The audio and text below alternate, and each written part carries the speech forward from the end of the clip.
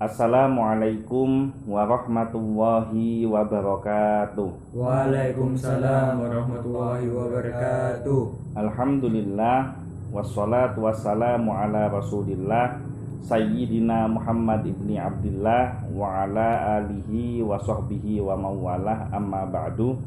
Alhamdulillah, pada malam hari ini kita kembali melanjutkan kajian rutin Kitab Bulughul Maram, masih di dalam Kitabut Thaharah, yaitu kitab tentang bersuci. Bab yang ketujuh, Babu Adabi Qadha'il Hajat, bab tentang adab membuang hajat, hadis yang ke-91.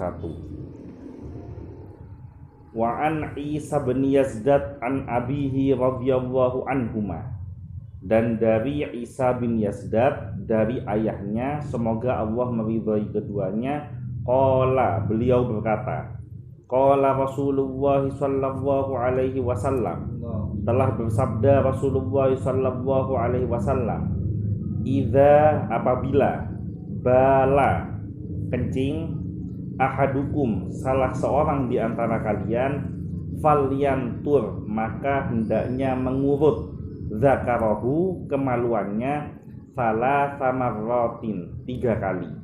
Rawahu Ibnu Majah, diriwayatkan oleh Ibnu Majah bisanadin dhaifin, dengan sanad yang dhaif. Bisa dipahami maksud dari hadis ini? Bisa.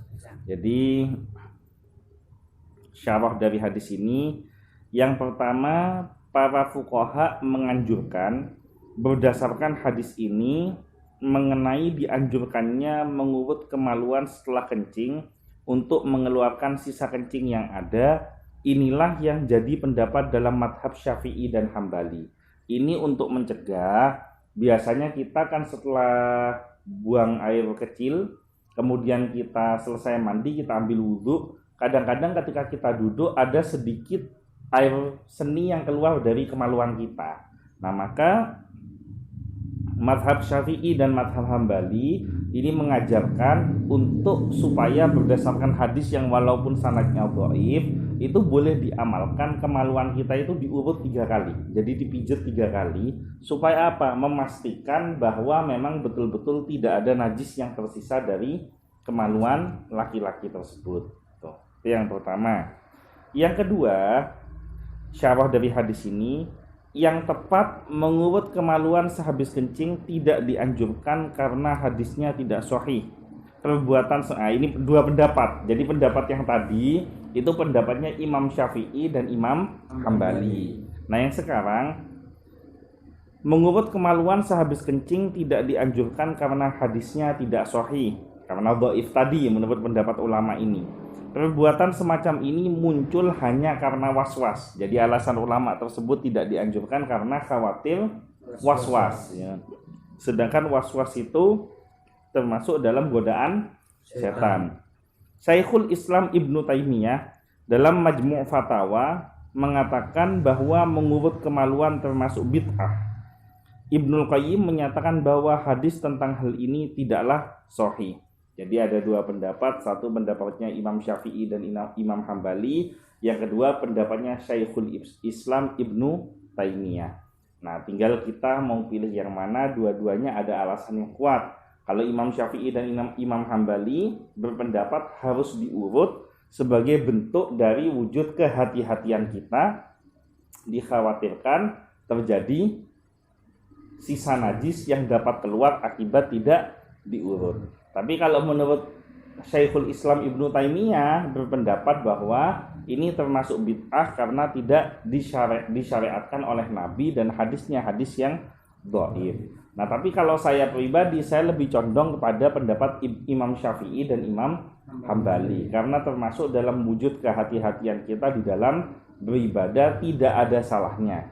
Kalaupun seandainya ini dikatakan bid'ah, ini kan tidak masuk kategori ritual ibadah. Ini termasuk wujud di dalam kehati-hatian kita untuk menyempurnakan ibadah kita. Dan kalau dikatakan was-was itu kan kalau setelah 3 kali kita masih ada kekhawatiran. Tapi kalau sudah diurut 3 kali, ini bukan was-was kalau menurut saya. Justru lebih memantapkan hati bahwa memang betul-betul sudah tidak ada najis lagi yang tersisa di dalam kemaluan. Ada pertanyaan sampai di sini? Ada. Ya. Kalau dalam kita buang air itu keadaannya terburu-buru gitu, gimana? Apa perlu diurut juga? Yang pasti buang air tidak boleh terburu-buru, karena kalau terburu-buru dikhawatirkan akan ada najis yang tercecer. Hadis yang sebelumnya kan diterangkan berapa banyak siksa kubur yang diakibatkan karena cipratan air kencing. Nah, kalau kita terburu-buru, maka potensi cipratan air kencing itu akan tinggi, satu. Dan kedua, pasti tidak maksimal di dalam tohara atau bersuci. Toh selama-lamanya orang buang air kecil tetap cepet juga. Tidak ada orang buang air kecil sampai 15 menit, kecuali kalau dia prostat atau kencing batu gitu loh. Tapi kalau dia dalam kondisi benar-benar seorang laki-laki yang sehat, tidak punya penyakit-penyakit tertentu, dari proses buang air kencing sampai disucikan, insya Allah tidak memakan waktu yang lama. Ada lagi pertanyaan? Gak ada. Mungkin itu saja yang bisa saya sampaikan. Mudah-mudahan semuanya diberikan kebaikan dan keselamatan baik di dunia maupun di akhirat, diberikan kesehatan, diberikan umur panjang, diberikan rezeki yang barokah, mendapatkan syafaat dari Nabi Muhammad SAW. Al-Fatihah. Alhamdulillahirabbil alamin, arrahmanir rahim, maliki yaumiddin. Iyyaka na'budu wa iyyaka nasta'in. Ihdinas siratal mustaqim, siratal ladzina an'amta 'alaihim waladdallin. Sekian dari saya, kurang lebihnya mohon maaf. Wallahul muwaffiq ila aqwamit thoriq, wabillahi taufiq wal hidayah. Wassalamualaikum warahmatullahi wabarakatuh.